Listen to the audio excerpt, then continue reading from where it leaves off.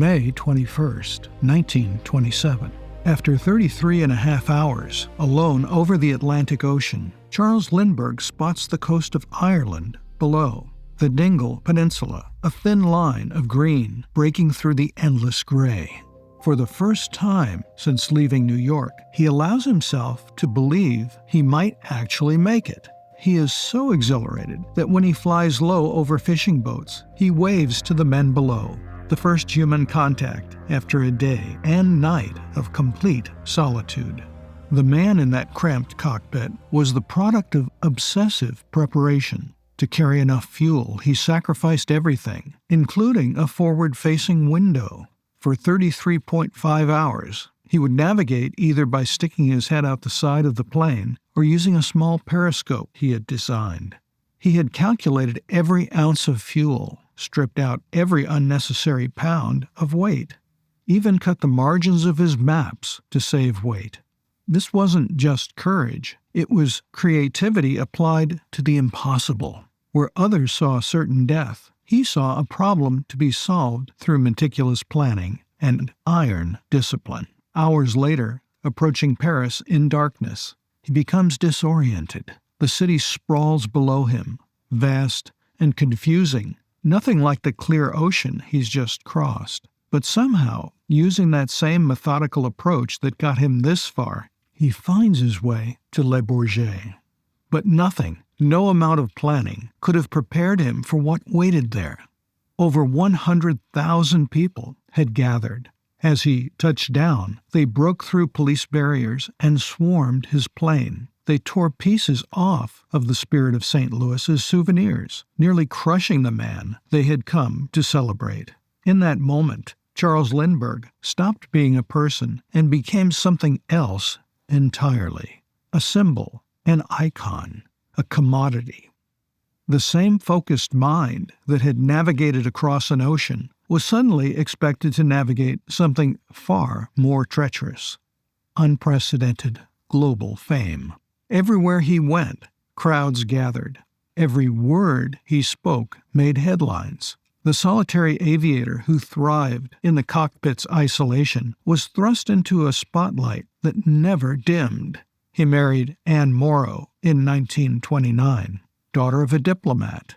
They became America's golden couple, pioneering new air routes together, and with the same meticulous planning that had guided him across the Atlantic, he designed what he thought would be the perfect sanctuary, a custom-built home in Hopewell, New Jersey, secluded and safe, where he could raise his family away from the crushing attention of the world. But fame, it turned out, was a prison with invisible walls, and even the most carefully planned refuge couldn't protect against what came next. Then came March 1st, 1932. Their 20-month-old son, Charles Jr., was kidnapped from their home in Hopewell, the very sanctuary Lindbergh had so carefully designed to keep his family safe. The same isolation that was meant to protect them had made them a target. Bruno Hauptmann used a ladder to reach the second-story nursery window of the house that was supposed to be their haven. The case consumed the nation for nearly 2 years. When the child's body was finally found and Bruno Hauptmann was arrested, tried, and executed, something fundamental had broken in Charles Lindbergh. The man who had once navigated by the stars now seemed to have lost his moral compass entirely. He began to see the world in the same stark, binary terms that had served him in the cockpit.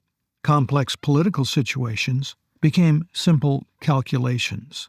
The rise of Nazi Germany? He saw their military efficiency and was impressed. The threat to democracy? He dismissed concerns about Hitler's true nature, convinced that America should stay out of European entanglements. By 1941, the same man once hailed as America's greatest hero was being denounced on the Senate floor as having more in common with the Nazis than with the people of the United States. The creative mind that had solved the problem of crossing the Atlantic had somehow convinced itself that isolationism and appeasement were the answers to stopping fascism. After Pearl Harbor, Lindbergh tried to join the military effort, but he was rejected. The government he had once served as a symbol of American ingenuity no longer trusted him to serve in uniform. He spent the war years as a civilian consultant, his reputation in ruins. The final chapters of his life revealed perhaps the strangest turn of all. This man who had preached traditional American values, who had become the embodiment of wholesome heroism, had been living a secret life worthy of fiction. After his death in 1974, the world learned that he had fathered 7 children with 3 different women in Europe, relationships he had maintained in parallel with his marriage for decades. The meticulous planner who had charted his course across an ocean had somehow lost his way entirely on solid ground. Charles Lindbergh showed us what human creativity and determination could accomplish. In 33.5 hours, he had shrunk the world and opened the age of aviation. However, he had shown us something else, that the same qualities can, without wisdom and humility, lead us down the darkest paths. He died in 1974 on the island of Maui, as far from that Atlantic crossing as one could imagine.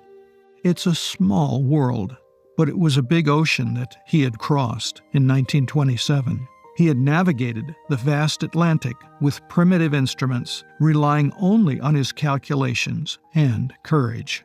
But navigating the rest of his life, that proved to be an even greater challenge.